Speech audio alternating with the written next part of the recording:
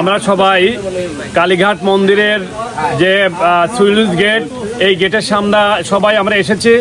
এই গেটের থেকে আমরা দেখছি যে প্রায় 2 থেকে 3 ফিট পানি আপ ডাউন আছে।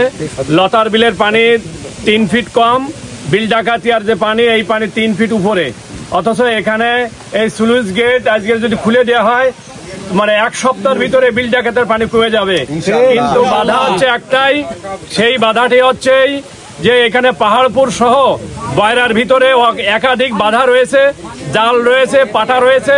এই জাল এবং পাটার কারণেই আজকে মাঝখানে পাহাড়পুরে বালির বাঁধ দিয়ে পানি আটকে দেওয়া হয়েছে। আমরা প্রশাসনের কাছে আহ্বান করব, পাহাড়পুরের এই বালির বাঁধ দ্রুত এখান থেকে অপসারণ করা হোক এবং বয়রার যে স্লুইস গেট আছে, এই স্লুইস গেটগুলো দ্রুত ক্লিয়ার করা হোক এবং এই নদীর ভিতরে যে সমস্ত পাটা এবং জাল দিয়ে মাছ মারা হচ্ছে, এইগুলো যদি দ্রুত প্রশাসন ব্যবস্থা নেয়, তাহলে আমাদের 1 সপ্তাহ থেকে 1.5 সপ্তাহের ভিতরে বিল ডাকাতি আর পানি থাকবে না, বিল ডাকাতি পানি নিষ্কাশন হয়ে যাবে ইনশাআল্লাহ।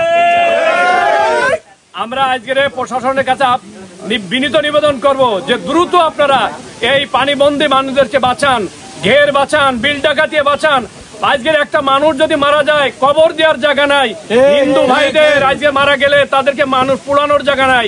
আমরা আহ্বান করব যে দ্রুত এই পানি থেকে যেন আমাদেরকে রক্ষা করা হয়। ধন্যবাদ সবাইকে।